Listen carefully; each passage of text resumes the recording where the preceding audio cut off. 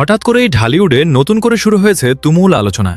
গভীর রাতে নাকি চিত্রনায়িকা অপু বিশ্বাসের বাসায় গিয়েছিলেন ঢালিউড সুপারস্টার শাকিব খান। আর এই খবর ছড়িয়ে পড়তেই সোশ্যাল মিডিয়ায় ভাইরাল হয়েছে কয়েকটি ছবি, যেখানে দুজনকে বেশ ঘনিষ্ঠভাবে একসঙ্গে বসে থাকতে দেখা যাচ্ছে বলে দাবি করছেন অনেক নেটিজেন।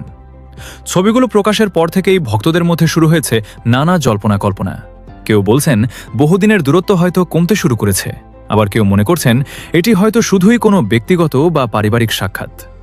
অনেকেই তাদের সন্তানকে কেন্দ্র করেও বিভিন্ন ধরনের মন্তব্য করছেন।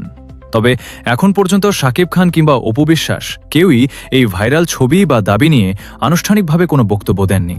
ফলে ছবিগুলোর পেছনের প্রকৃত ঘটনা কি তা এখনও নিশ্চিতভাবে জানা যায়নি। এরই মধ্যে সামাজিক মাধ্যমে বিষয়টি নিয়ে চলছে ব্যাপক আলোচনা।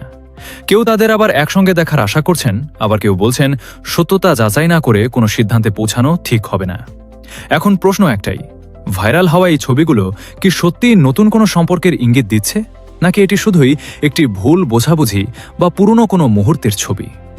এই রহস্যের উত্তর মিলবে হয়তো খুব শিগগিরই, যদি শাকিব খান বা অপু বিশ্বাস এ বিষয়ে মুখ খোলেন। আপনার কি মনে হয়, এই ভাইরাল ছবির পেছনে আসল ঘটনা কি হতে পারে?